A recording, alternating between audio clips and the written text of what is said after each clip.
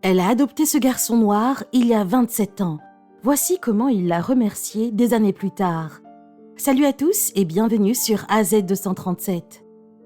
L'ange gardien qui a sauvé un petit garçon nigérian affamé d'une mort certaine après que sa famille l'ait renié pour cause de sorcellerie a raconté son amour pour le garçon après son étonnant rétablissement. Lorsque Anya Loven a posé les yeux pour la première fois sur le bambin qui marchait nu dans les rues poussiéreuses du sud-est du Nigeria, il était criblé de verre et si faible qu'il pouvait à peine se tenir debout. Anya lui a donc donné un nom pour lui donner la force de se rétablir. Hope. Regardons son histoire. Mais avant de commencer, voici la question du jour. Je ne pose pas de questions, mais j'attends une réponse. Qui suis-je ? Donnez-nous votre réponse dans les commentaires. La réponse exacte vous sera donnée à la fin de la vidéo.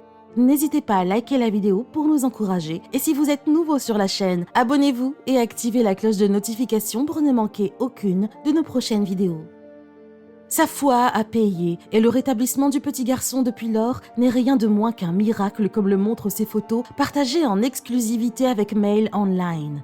Sur ces photos, on voit Hope, autrefois au bord de la mort, jouer au football comme n'importe quel autre jeune garçon heureux et en bonne santé. Et personne n'était plus heureux qu'Anya qui, après l'avoir ramené à la vie, a fini par le considérer comme son propre fils. Hope est comme un fils pour moi. Comme le reste de nos enfants, je l'aime plus que les mots ne peuvent le décrire, a-t-elle déclaré à Mail Online. Revivant le moment où elle a posé les yeux pour la première fois sur son squelette, Anya a déclaré « J'étais tellement malade de voir un garçon de 2 ans dans un état aussi horrible. Lorsque nous sommes entrés dans le village, j'ai regardé par-dessus mes épaules et je me suis lentement retournée pour voir Hope, assis sur le bord de la route. Je pensais que j'allais voir un garçon plus grand, mais quand j'ai vu qu'il avait la taille d'un petit bébé, tout mon corps s'est figé. Je suis devenue mère moi-même il y a 20 mois et je pensais à mon propre fils quand j'ai vu Hope.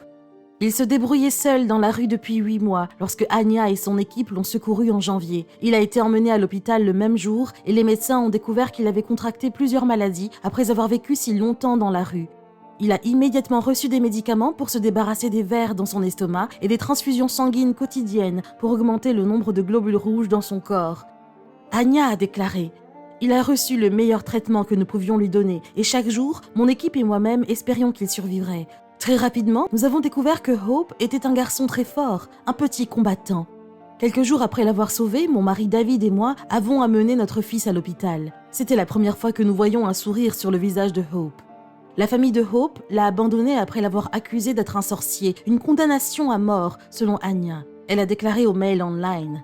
Une fois qu'un enfant a été accusé d'être un sorcier, il n'y a pas de retour en arrière. Les villageois demandent que l'enfant soit exorcisé chaque nuit par un prêtre local pour le débarrasser des mauvais esprits.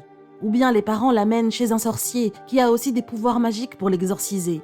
Dans le cas de Hope, nous avons peu d'informations sur ses parents et sur les raisons pour lesquelles ils l'ont accusé de sorcellerie. Les accusations de sorcellerie sont un problème croissant dans de nombreux pays africains, notamment au Nigeria, où l'organisation caritative d'Anya, African Children's Aid Education and Development Foundation, s'occupe d'autres enfants comme Hope. Les Nigérians peuvent invoquer n'importe quel motif, qu'il s'agisse de décès ou de maladies dans la famille, de mauvaises récoltes, de licenciements ou d'infertilité, pour justifier l'accusation de sorcellerie. Quelques jours après qu'Anya ait demandé l'aide du monde entier pour payer les factures médicales coûteuses de Hope, elle a reçu $1 million de dons du monde entier. « Mon équipe et moi-même sommes submergés par tout l'amour que nous recevons du monde entier », a-t-elle déclaré. « C'est quelque chose dont nous n'avions jamais osé rêver. Nous luttons contre cette superstition depuis de nombreuses années et enfin, le monde entier se penche sur l'important travail que nous accomplissons. » Madame Loven est la fondatrice de l'African Children's Aid Education and Development Foundation qu'elle a créée il y a 3 ans pour aider les enfants qui ont été qualifiés de sorciers et donc négligés ou même tués par les membres de leur communauté. Quelle est votre opinion au sujet de cette histoire ? Dites-le nous dans les commentaires. Et maintenant, la réponse à la question du jour. Le téléphone, car il attend qu'on réponde. Bravo à tous ceux qui ont trouvé la bonne réponse. Nous voici arrivés au terme de cette vidéo. Merci de l'avoir regardée jusqu'à la fin. Surtout, n'oubliez pas de la liker et de la partager autour de vous. À très bientôt sur AZ237.